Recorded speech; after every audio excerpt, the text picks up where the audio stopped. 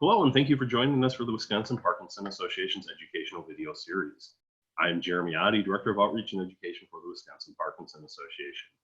WPA provides hope, community support, and resources for people with Parkinson's and their loved ones. Today, we are talking with Carolyn Jarecki, a guidance coach at a local K-8 school and has her own company, iCareCoach.com. Carolyn is going to discuss our current situation of safer at home and how we can help manage isolation. Welcome, Carolyn. Thank you for joining us today. Thank you so much for having me. I really appreciate it. Not a problem. You want to tell us a little bit about your background and who you are? Sure, I'd love to. I'm a 20-year resident of New Berlin. This is where my husband and I raised our 3 boys. We just love Milwaukee. I'm originally from Cleveland, though. I got my master's there in the late 90s from a place called John Carroll University.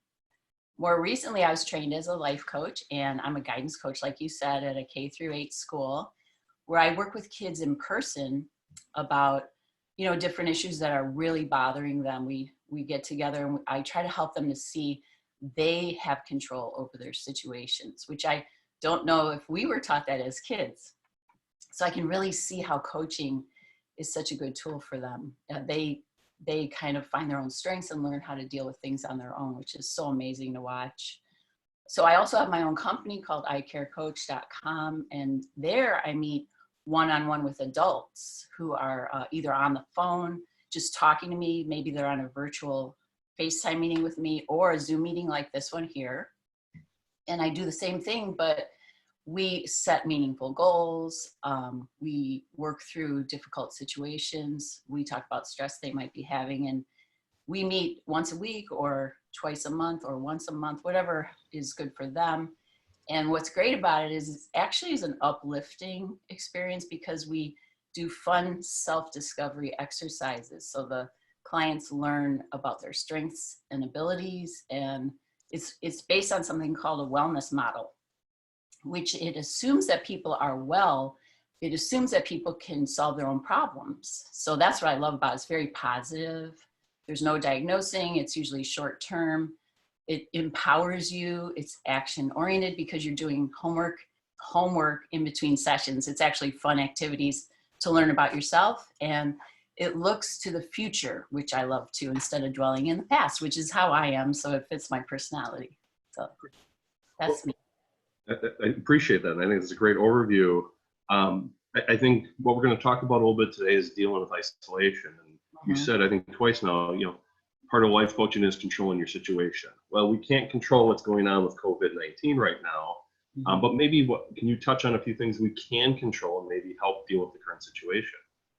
Sure, I'd love to do that. I'd love to talk about this subject of coaching because I think it's a situation that's really been one where we feel there's nothing we can really do, but I don't think that's really true. I think that we can approach this situation systematically if we look at our life. The first thing I do with the kids when they walk in the door is we talk about gratitude, because gratitude is the #1 character trait associated with happiness. And it sounds so simple.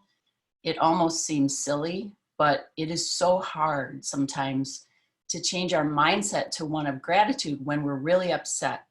And boy, do we have a right to be upset right now. This is like something out of a crazy movie that we might not even believe.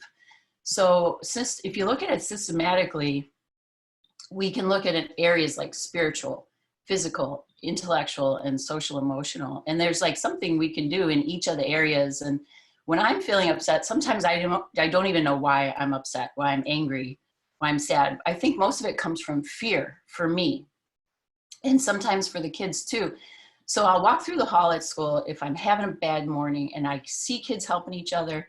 I'll thank them for what they're doing for each other. Kids are amazing the way they'll pick up a pencil, help someone with their books.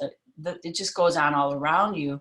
So I'll actively say, thank you for this, thank you for that. If I'm in the store, I'll say, thank you for, cleaning that up. Thank you for providing food for us. And it's such a small thing that can really take control back for us. And I think you and I talked. Sorry. You and I talked a little bit before we started about that thankfulness or that gratitude. And I think one of the ways you exhibited that is you said, I go to the grocery store, I thank the clerks, I thank the bakers, because if it weren't for them, we need to go grocery shopping. So I think in this current time, some of that gratitude is very important in situations like that. It really is. It's so important. And not only that, but like knowing how much you, you yourself, sorry, I have allergies. We talked about that too. But we ourselves sometimes don't realize how much we help other people. When we say something kind to them, it can be the smallest little thing, like, wow, you look so good today, or I appreciate your friendship so much. That, you know, a lot of people aren't comfortable saying those kinds of things, but you just, when you see the reaction of someone that you pay a compliment to, it makes you feel better, which is, it's an interesting experience, I think, if you really look at it that way. Absolutely. Well, let's jump into, you talked about, there's maybe 4 areas we can focus on. And the first one was spiritual. The next one was physical, then intellectual, and social/emotional. Right. You want to touch on those a little bit and explain maybe how we can focus on those areas? Sure, I'd love to. Now, not everything I talk about will fit everyone, obviously, but I was hoping at least, I could help one person with one idea today. So with spiritual, I pray a lot myself. I kind of have a conversation all day long with the universe, but then you can also meditate. You can maybe think about what it is that's your strength that you could use in a certain situation. To me, that's kind of spiritual, because we all have talents. We all have gifts. What can we use to get through this difficult moment or this difficult time?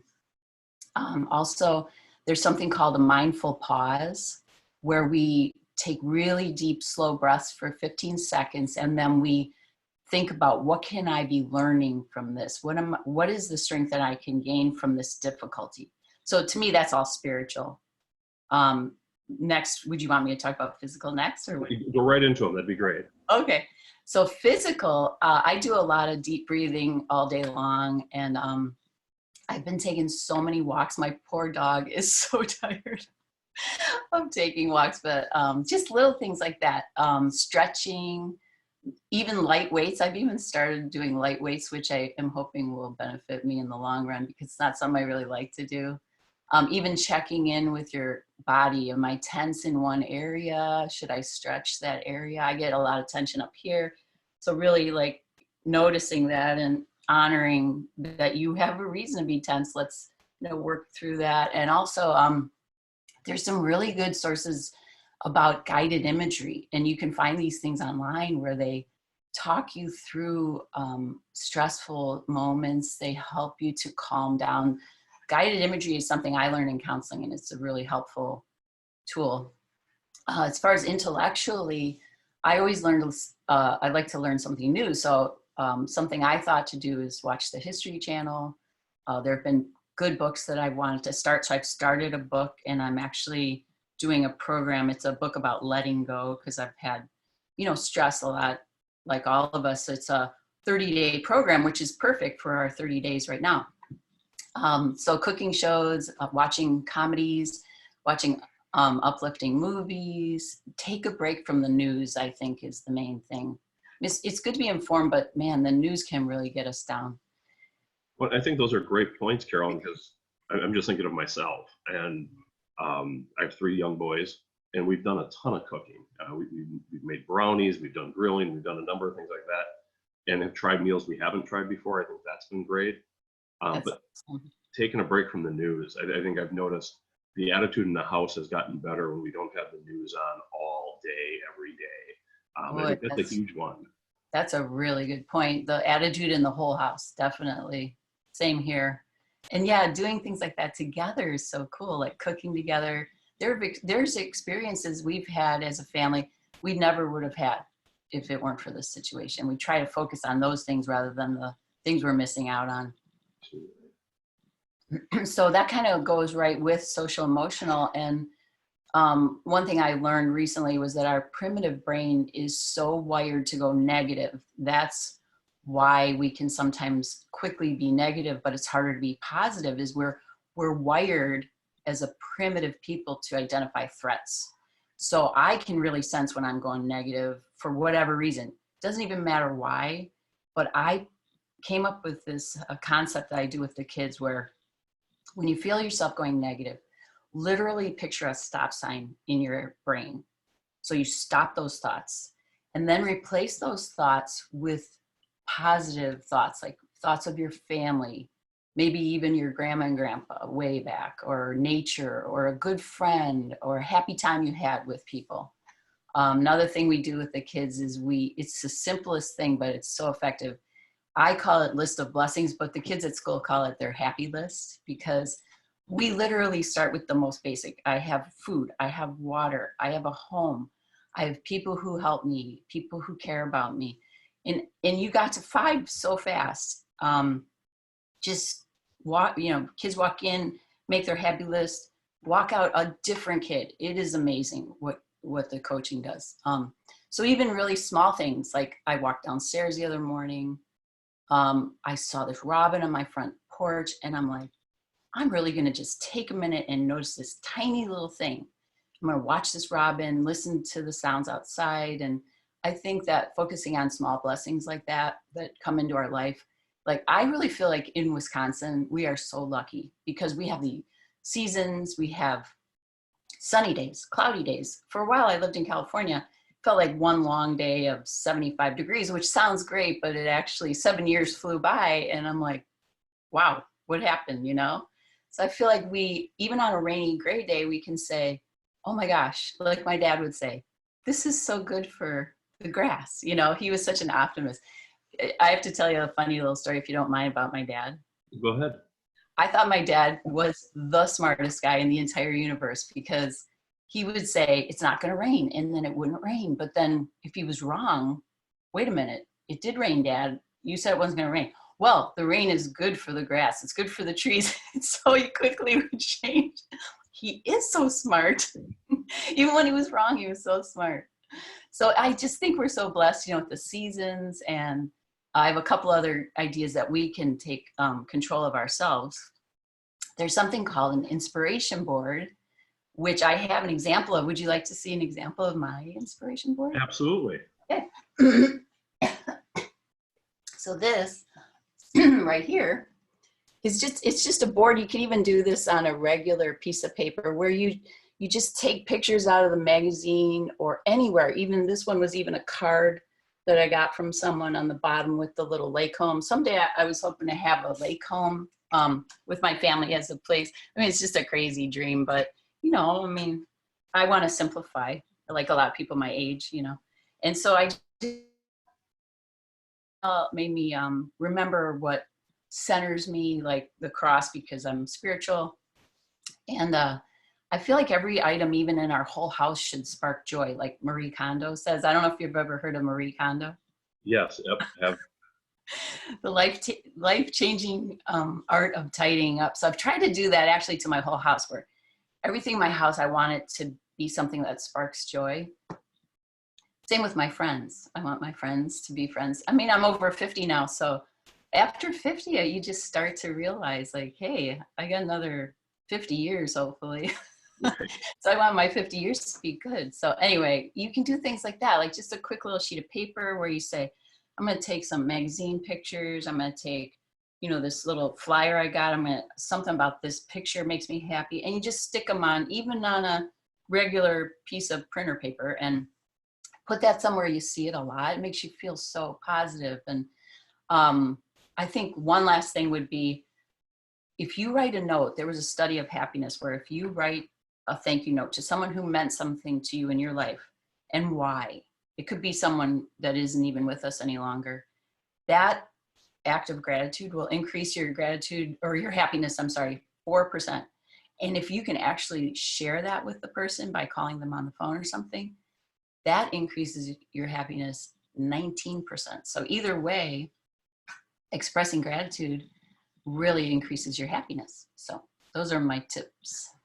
And those are great. I think writing the note, not only are you happier, but I'm sure the person receiving that note, if they get it, you're going to increase their happiness greatly, that they may not know they've had that impact on you. So I think that's really a neat idea.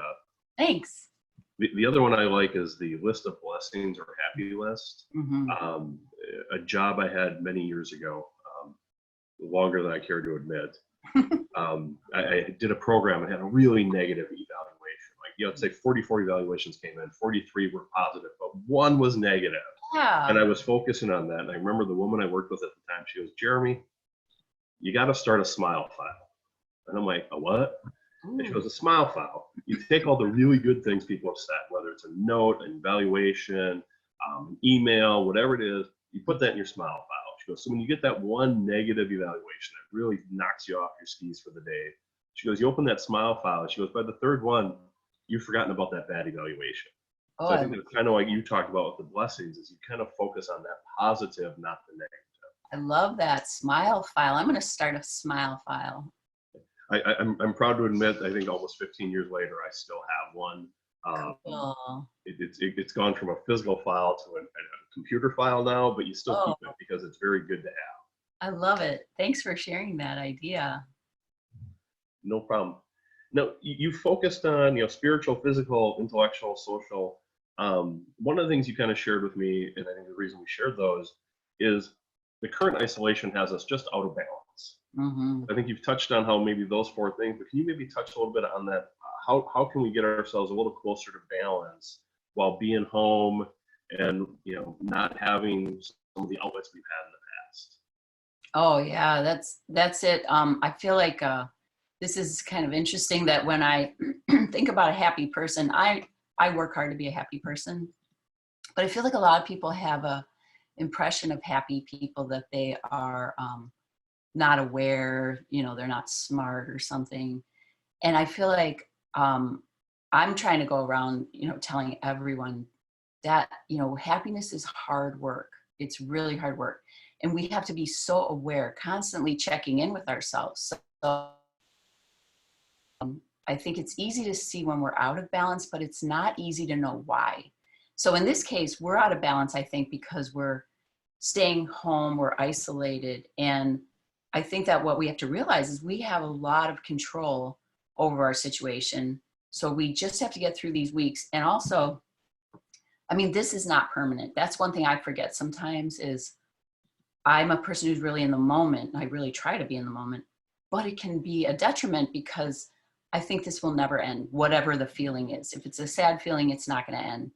But we have to keep constantly talking to ourselves, reminding ourselves, okay, we're going to be okay. We can do this. And when we can take that gratitude list and we can post it in our house somewhere where we see it, or we can take, I have a few ideas for gratitude that are more creative, like a gratitude jar. We can keep a jar right in your visible space, or even I have this milk glass. My mom was a collector of milk glass.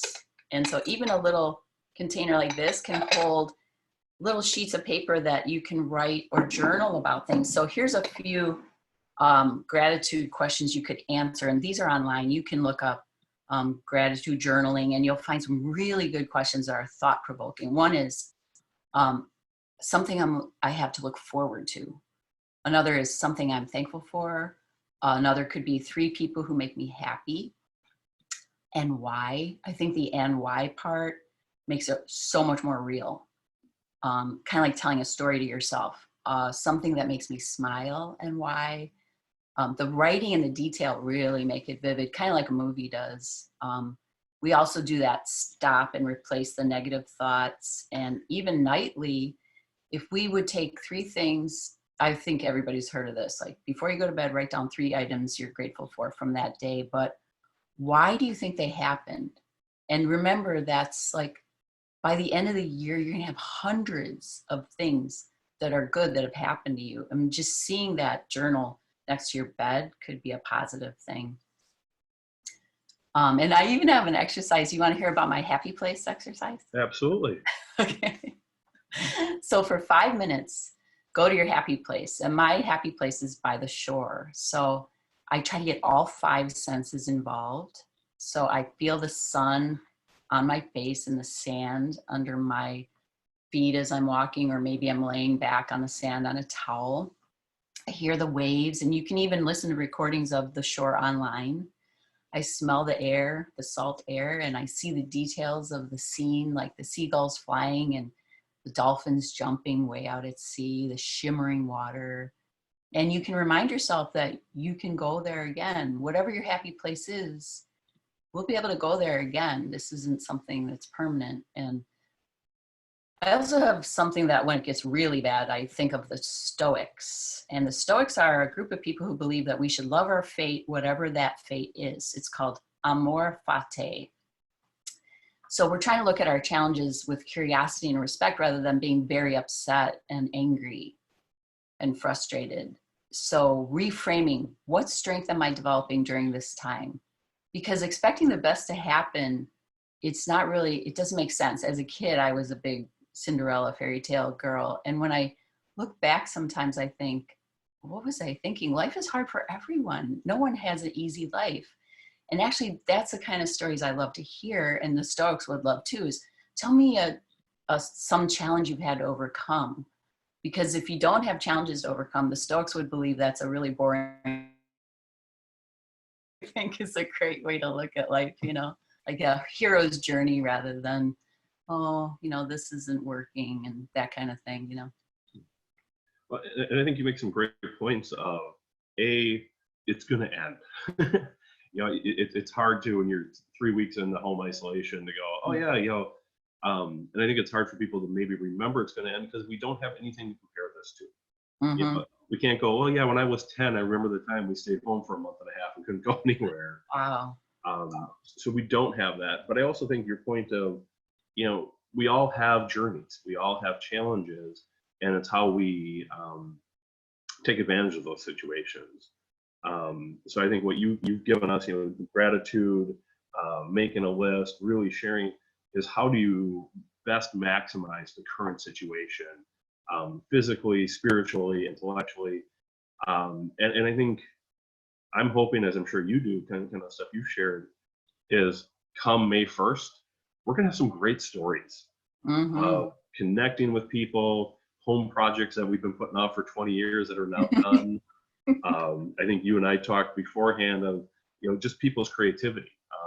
Some of the stories you hear on the news of the teachers driving through the neighborhoods and waving to the kids because they missed the kids. Yeah. And people doing Zoom meetings to have a cocktail with a high school friend they haven't seen or a college friend they've lost touch with. I think we're going to have some really fun stories. It's just keeping that mood and attitude up for the next couple of weeks and getting us to that point. Definitely. Boy, have you ever thought about being a life coach? Because that's really good advice. I'm serious. You do have those moments. Even I'm so blessed to have my kids at home from college. There's still stressful times for them. I feel their stress, knowing that it's hard for them to be home and away from their girlfriends. And I think that I keep trying to say to myself, I'll never have this time again where I have, like you said, time to really find out about myself or find, you know, a way to get through this project that I literally have put off projects for 20 years in my house. So I think that is such good advice from you. And actually, I forgot to mention, there is a strengths assessment that people can take that can help you to discover your top 5 strengths. And there's some really good exercises on that website about how to use those strengths, either develop areas you're not as good at, use your strengths in hard times. And the website is called VIA, VIA. It stands for Virtues in Action. So it's viacharacter.org. And I know you're going to provide that info for people. Yeah, we will post it with the narrative for the video that we're doing right now. That's awesome. And we'll put that out there. So they go to Via Character, they fill out a survey. It's going to tell them their strengths and how to exercises to grow on them. Is that what I'm hearing correctly? Yeah, so you go to this website, viacharacter.org, and all it asks for is your first name, last name, email address, and you create a password. And then you're able to take it's a fun assessment where you answer questions about how you react to different situations. And then it will tell you your top, well, what it does is it ranks your strengths from 1 through like 28 or something. So your top 5 are really useful because we can remember those top 5. And so mine are appreciation of beauty and excellence, gratitude, zest for life, spirituality, and humor. So I think you probably have a lot of the same strengths I do, Jeremy, just in talking to you. But I would love for you to take it and let me know what you have. But the top 5, I draw on those so often when I'm having a bad excellence. I really experience that through music. And I will turn on music and I feel so much better after 2 songs. My mood has totally changed. So it's really about knowing yourself and what helps you in hard times. And then you can go further and then you can take your bottom 5 and say, okay, I need to be a little better about these. For me, it's like, taking my time to make decisions, really weighing options. I'm more of a person who says, this feels right, So it's a cool thing because it also has parts of the website that'll give you exercises to either improve on strengths that you're not as good at or use a strength in a stressful situation. Kind of like the exercises I told you, only more in tune with your strengths. And what's cool about it is it's free. And people like me can use it. I can pay to use it with clients. But for you, it's totally free and you find out about yourself in a fun way. So I suggest it. And let's be honest, that's my favorite price point, is free. Me too. I think one of the things you mentioned that I do want to touch on is music. You talked about how, for you, music just makes you happy. There's interesting research out there with people with Parkinson's or even dementia or Alzheimer's, how music just brings you back. It brings back memories.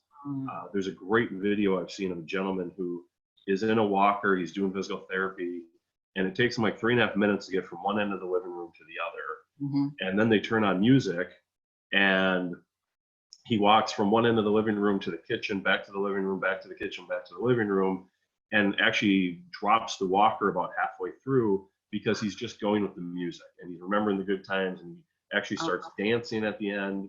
And it's so striking how important music can be to people. Oh, that just gave me the shivers. I love that. That's so cool. And it really is true. And even with like beauty and excellence can be art. It can be someone who can play the violin really well. So there are some uplifting YouTube videos right now. There's these 2 kids in, I forget what, I think it might be Italy, 2 twin boys who look to be about 11 years old, and they are playing the violin so beautifully. So many artists right now are doing concerts for free. So if there's an artist you like, certain kind of music, or even there was a celloist who was playing a cello at the top of a mountain, just beautiful things going on. You'll see online, and you can even Google uplifting music or uplifting story and find a good story online. It's part of that gratitude is, if COVID-19 would have hit 20 years ago, we wouldn't have any of this technology. We couldn't be Zooming, we couldn't be watching, like you said, concerts and videos and all the stuff that's out there. So it's part of that gratitude is, if it's going to happen, it happened at a good time for a lot of people, technology-wise, to stay connected. That's true. That's a really good point, which I had not thought of before. I'm going to add that to my happy list. But I did just attend a birthday party on Zoom. That was very cool. And we also, our family a week ago did a family game night.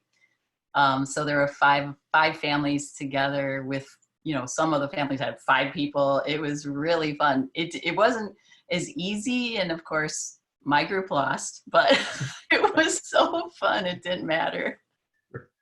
You had fun. It didn't matter if you won or lost, right? Well, and I think it's a good one. We talked a little bit about how do you deal with isolation and technology. You said doing a Zoom birthday. We have iPhones in our family. My sons have FaceTimed my father, their grandpa, a couple times. So they're staying connected without physically being there, and that's what we can take right now. But I think that helps with, you don't feel alone when you're able to connect with people in that way and realize you're not the only one going through this right now.